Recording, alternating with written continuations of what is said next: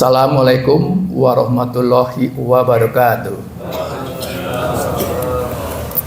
Alhamdulillahirabbil alamin wassalatu wassalamu ala asrofil anbiya'i wal mursalin wa ala alihi wa sahbihi ajmain. Rabbi shrahli sadri wa yassirli amri wahlul 'uqdatam min lisani yafqahu qawli. Puji dan syukur marilah kita panjatkan kehadirat Allah Subhanahu wa taala bahwa pada subuh ini kita bisa sholat berjamaah bersama-sama. Sholawat dan salam semoga dilimpahkan kepada Nabi besar Muhammad Sallallahu Alaihi Wasallam. Semoga kita menjadi pengikutnya sampai akhir zaman. Bapak Ibu yang berbahagia, sampai saat ini kita sudah memasuki hari yang ke-16 ya, memasuki hari yang ke-17 ya. Ya, sudah 17 memasuki hari ke-17, mudah-mudahan kita dapat melaksanakan saum Ramadan ini dengan penuh keberkahan. Barusan kita sudah melaksanakan sholat berjamaah, dan kira-kira amalan sholat apa lagi yang dekat dengan sholat subuh? Sholat apa kira-kira Bapak Ibu? Sholat suruk ya, betul ya, sholat suruk ya.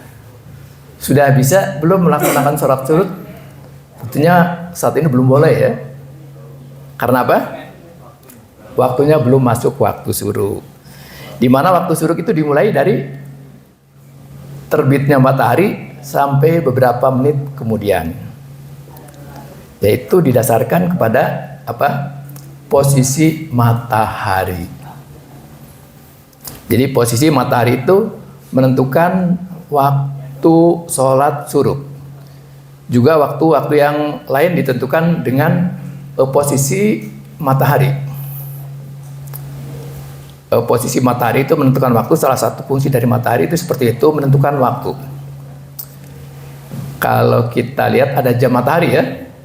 Kalau Bapak Ibu pernah ke Puspa Iptek di Kota Baru Parahyangan, ada bangunan yang tinggi, itu ada bangunan berbentuk seperti tongkat menjorok ke arah selatan. Itu kalau kena sinar matahari, itu ada bayangan itu akan jatuh ke bawah, dan di bawah itu ada angka-angka. Itu angka-angka itu menunjukkan waktu. Kemudian ada juga jam matahari. Kalau Bapak Ibu pernah berkunjung ke Masjid Sang Cipta Rasa di Cirebon, itu ada jam matahari yang masih terpelihara dengan baik. Itu peninggalan dari Sunan Gunung Jati. Kita tahu bahwa Masjid Sang Cipta Rasa itu atau sering juga disebut dengan Masjid Merah karena sebagian besar warna bangunannya itu didominasi dengan warna merah. Masjid itu didirikan atas prakarsa Sunan Gunung Jati yang memberikan wewenang kepada Sunan Kalijaga untuk mendirikan masjid di Cirebon. Itu merupakan masjid tertua di Jawa Barat. Dan ada hal yang unik, itu jamnya itu dipasang di halaman luar berbentuk balok besi. Jadi kalau kena matahari itu akan menunjukkan waktu. Dan ini cukup unik. Kalau Bapak Ibu pernah sholat Jumat di Masjid Sang Cipta Rasa, itu yang kita kenal ada azan pitu. Azan pitu itu setiap Jumat itu dikumandangkan azan oleh 7 orang muadzin, mengumandangkan azan sekaligus. Itu salah satu keunikan dari Masjid Sang Cipta Rasa yang ada di Cirebon. Fungsi matahari itu salah satunya penunjuk waktu. Ini ditunjukkan karena posisi matahari itu sedemikian rupa di alam semesta, seperti yang tercantum di dalam surat Yasin ayat 36.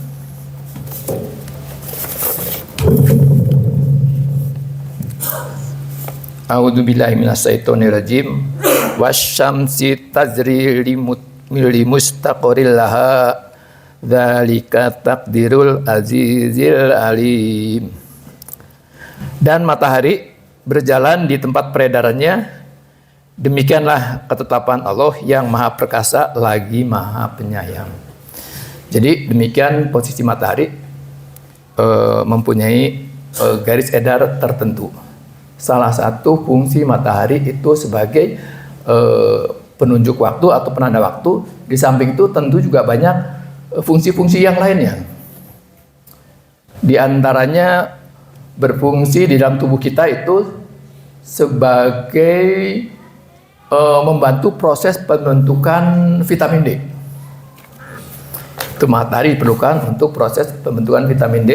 Di samping itu di bidang ekosistem misalnya berfungsi membantu proses fotosintesis.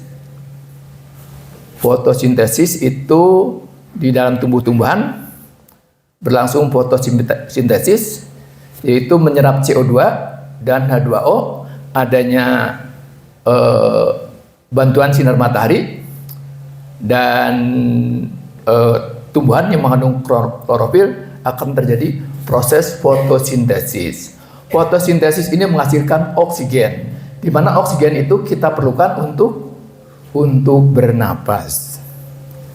Dan proses fotosintesis ini berkebalikan dengan proses pernapasan, di mana pada proses pernapasan kita mengeluarkan CO2 dan H2O. CO2 dan H2O itu diserap oleh tanaman, dan sebaliknya tanaman itu menghasilkan oksigen yang diperlukan oleh manusia untuk bernapas. Jadi ada keseimbangan antara tumbuhan dengan manusia. Tumbuhan bisa hidup karena ada matahari. Kalau tidak ada matahari, sepertinya tumbuhan tidak bisa hidup.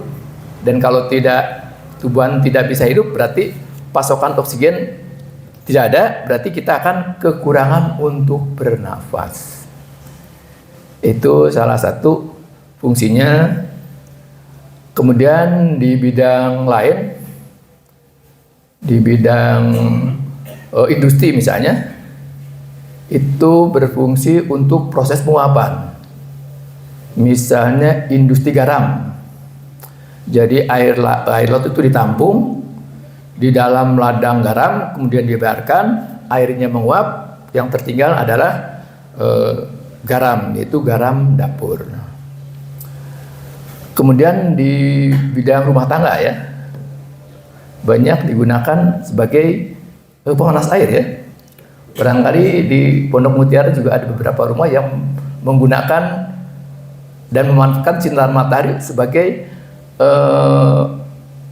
untuk memanaskan air, di mana dengan adanya panel surya, matahari itu ditangkap, sinar matahari itu ditangkap, kemudian digunakan untuk maka terkumpul panas itu digunakan untuk memanaskan air, dan air dalam kondisi panas itu massa jenisnya menjadi lebih kecil. Karena lebih kecil, maka air ini akan naik ke atas, mendorong air yang dingin. Selanjutnya air yang dingin itu turun, dipanaskan lagi, naik ke atas, begitu seterusnya. Ya, itu salah satu fungsi. Kemudian di bidang industri energi yang kita kenal ada sel fotovoltaik ya. Sel fotovoltaik itu merupakan panel surya, di mana panel surya itu terbuat dari silikon. Silikon itu merupakan bahan semikonduktor. Adanya sinar matahari, maka molekul berupa elektron itu akan keluar dari orbitnya. Benar ada mengalir elektron tersebut melalui konduktor, kemudian dari konduktor itu akan menghasilkan arus searah. Arus searah ini kemudian diubah dengan menggunakan inverter, diubah dari arus searah menjadi arus bolak-balik. Ya, itu banyak kegunaan sinar matahari itu, dan sinar matahari itu cukup besar energinya. pada lapisannya, bagaimana matahari itu bisa memberikan energi yang sangat besar. Apa yang terjadi di matahari? Kandungannya ada apa saja? Apa yang terjadi di dalam matahari? Sama halnya komposisi matahari itu seperti halnya lapisan bumi ya. Lapisan bumi beberapa waktu yang lalu pernah disinggung ya oleh Pak Jajang kalau nggak salah ya. Pak Jajang. Lapisan bumi itu ada apa aja? Ada lapisan inti ya. Ada inti bumi, kemudian ada lapisan litosfer, kemudian ada batuan. Di situ banyak mineral ya, ada tembaga, ada nikel, ada emas. Ada emas ya. Dan Indonesia itu termasuk produsen emas 10 besar di dunia ya. Tepatnya masuk 8 besar ya. Betul ya Pak Ceng ya? Pak Ceng dan Pak Dede nih pernah kerja di tambang emas. Itu merupakan urutan ke-8 produsen emas seluruh dunia. Jadi cukup kaya sebenarnya Indonesia ini ya.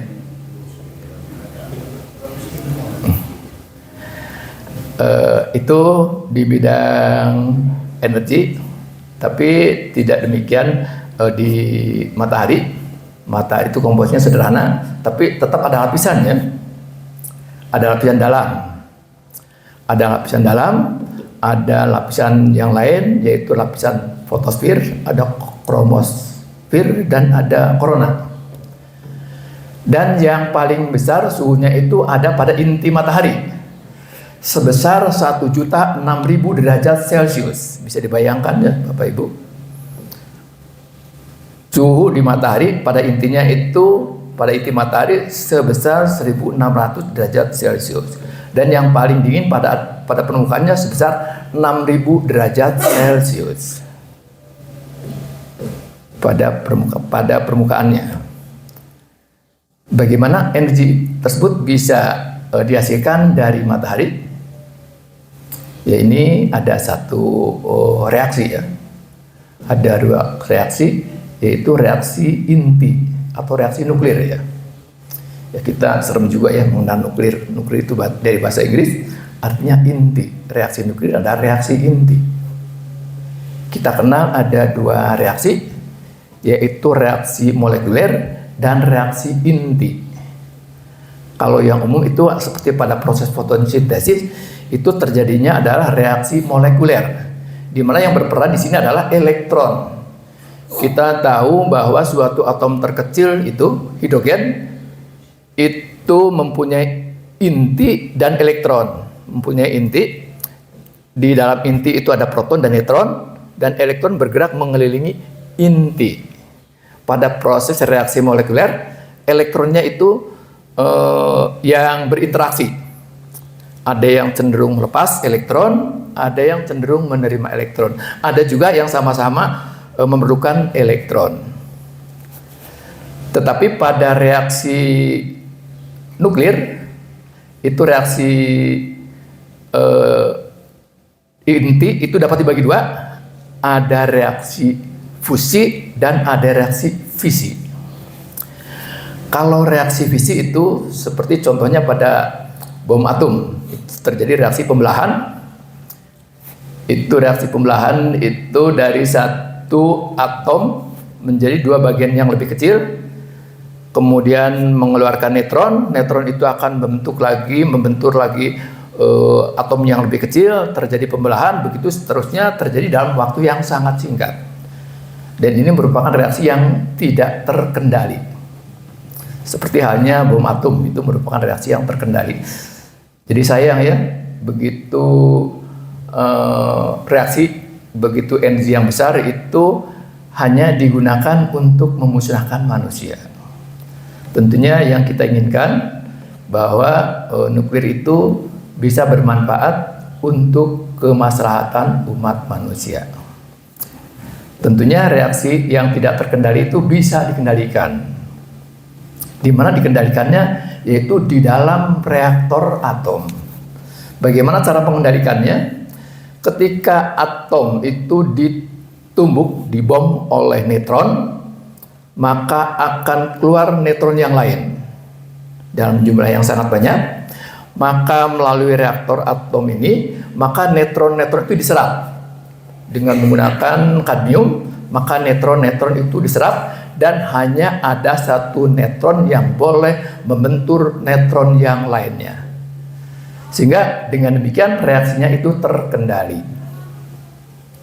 Itu dilakukan di dalam reaktor atom. Seperti di Fukushima, Jepang, itu memanfaatkan reaksi nuklir untuk menjadi tenaga listrik. Di mana dari uranium, setelah menghasilkan energi, di mana energi itu digunakan untuk memanaskan air. Akibat panas air itu akan menjadi energi uap yang mempunyai tekanan tinggi. Tekanan uap yang tinggi itu disalurkan untuk memutarkan turbin dan generator sehingga timbul arus listrik. Dengan demikian tentunya akan bisa mengurangi ketergantungan. Kita tahu bahwa sinar energi matahari itu terjadi bukan reaksi pembelahan, tetapi reaksi penggabungan. Reaksi penggabungan dari inti yang kecil menjadi inti yang lebih besar. Pada saat terjadi penggabungan, dihasilkan energi yang cukup besar. Itu dari hidrogen. Hidrogen bergabung melalui satu deuterium, tritium, dan hasil akhir berupa helium. Pada saat terjadi tumbukan, dihasilkan energi yang sangat besar. Energi yang sangat besar itu berupa energi cahaya. Energi cahaya ini akan merambat ke bumi.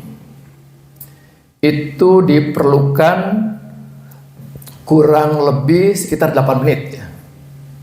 Energi matahari yang begitu besar itu akan merambat melalui atmosfer. Energi itu ya kita beruntung ya, bumi itu Allah Subhanahu wa taala merancang bumi sedemikian rupa, ada lapisan atmosfer, ada ozonnya. Di mana fungsi ozon adalah menyerap sebagian sinar matahari sehingga yang sampai ke bumi itu adalah sinar matahari yang baik bagi tumbuh-tumbuhan dan juga baik bagi kesehatan. Bayangkan seandainya tidak ada lapisan ozon, tentunya sinar matahari yang sampai ke bumi itu energinya cukup besar dan itu bisa membakar apa saja yang ada di dalam permukaan bumi. Jadi energi yang besar itu merambat selama 8 menit, dan dari hasil penelitian bahwa di matahari itu terjadi ledakan yang sangat dahsyat dari jutaan ton hidrogen, itu terjadi setiap 4 menit sekali. Jadi setiap 4 menit sekali terjadi ledakan. Ledakan itu menghasilkan energi itu dalam bentuk cahaya merambat ke bumi. Jarak ke bumi itu 150 juta kilometer dari matahari. Matahari itu 150 juta meter. 150 juta meter itu menulisnya 150 nya kilo ya, kilometer ya, 150 juta kilometer. 150 nya berapa tuh? 150 banyak ya. Ini ada fungsi pembentukan penemuan nilai nol ya, seperti dilakukan oleh Pak Eko tempo hari ya. Jadi ini fungsi penemu angka nol ya. Ternyata penemu angka nol itu ilmuwan muslim ya. Bayangkan kalau tidak ada angka nol, misalnya M itu 1000 ya. Jadi berapa mm? Aduh, susah juga ya. Jadi alhamdulillah ilmuwan muslim menemukan angka nol. Jadi begitu.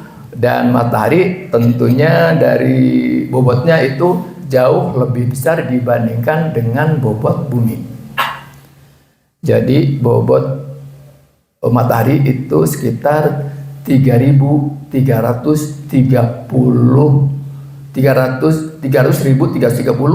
kali bumi. Dan volumenya juga sangat besar. Volumenya sekitar 1,3 juta kali volume bumi. Kalau saja matahari diibaratkan sebagai suatu bola yang besar,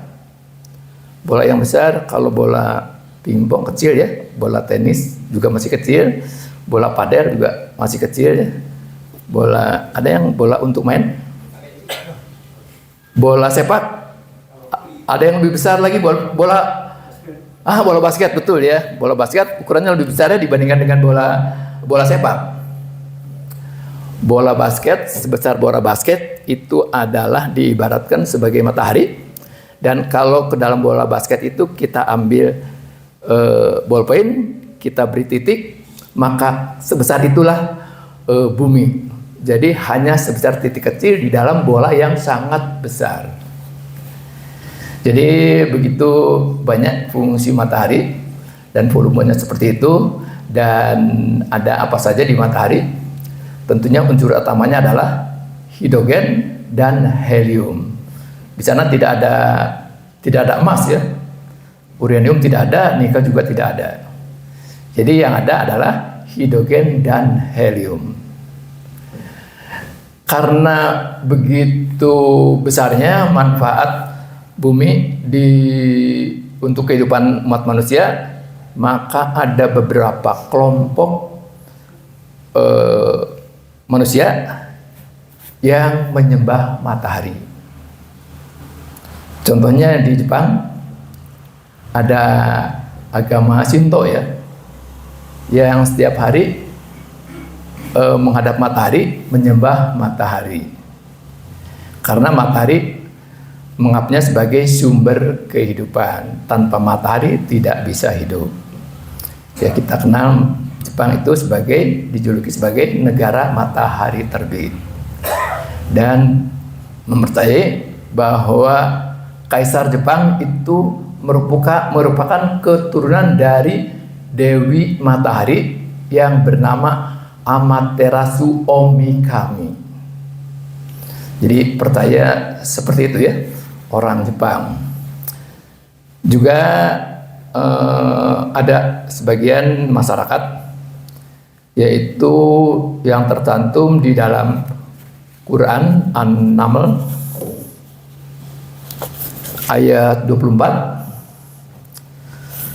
Aku dapati dia kaumnya menyembah matahari bukan kepada Allah, dan setan telah menjadikan terasa indah bagi mereka perbuatan-perbuatan buruk mereka, sehingga menghalangi mereka dari jalan Allah, maka mereka tidak mendapatkan petunjuk. Ini ditujukan untuk yang menyembah matahari, yaitu kaum Saba. Kaum Saba itu yang dipimpin oleh Ratu Bilqis. Ratu Bilqis itu orangnya cantik, cerdas, bijaksana, demokratis. Setiap mengambil keputusan itu selalu berbicara dengan para penasehatnya. Ratu Bilqis itu diberikan negeri yang subur makmur, dan menganggap bahwa negerinya subur makmur itu akibat dari matahari, sehingga Ratu Bilqis beserta kaum Saba itu menyembah matahari. Hal ini disampaikan pada zaman Nabi Sulaiman.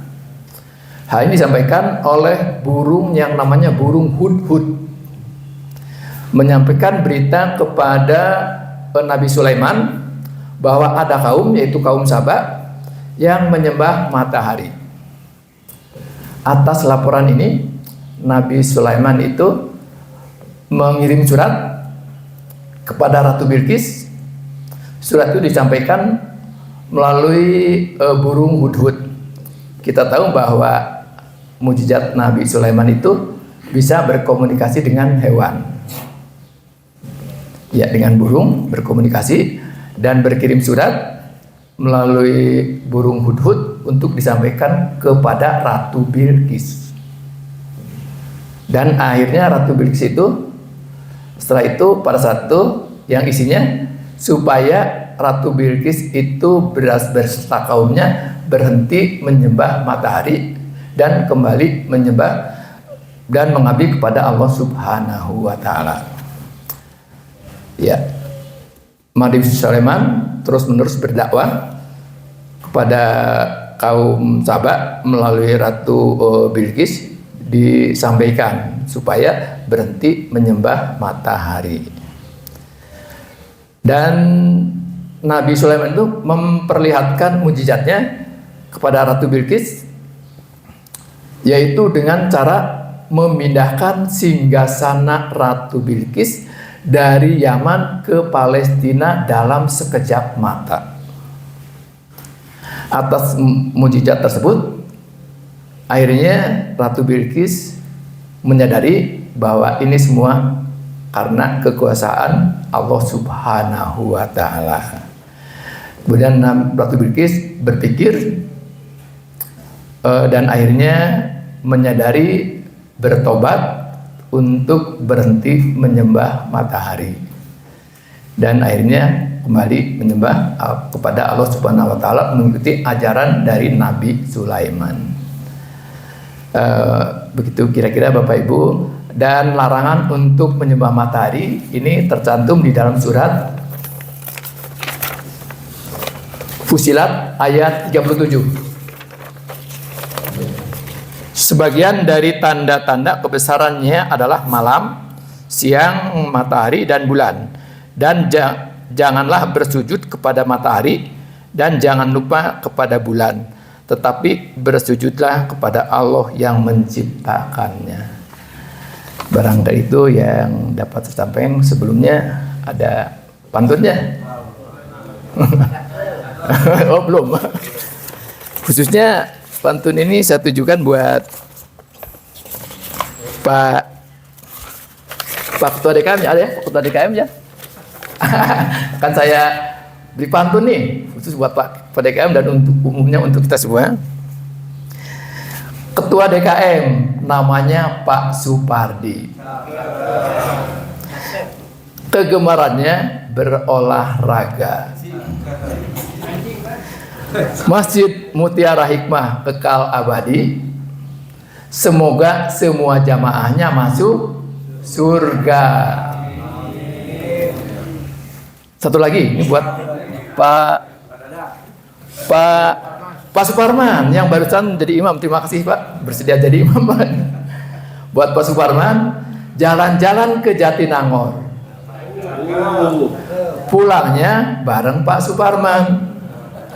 Jauhkan kami dari orang-orang bangor supaya jadi orang yang beriman. Amin. Barangkali itu saja yang dapat saya sampaikan. Kurang lebihnya mohon maaf. Wabillahi taufik wal hidayah. Wassalamualaikum warahmatullahi wabarakatuh.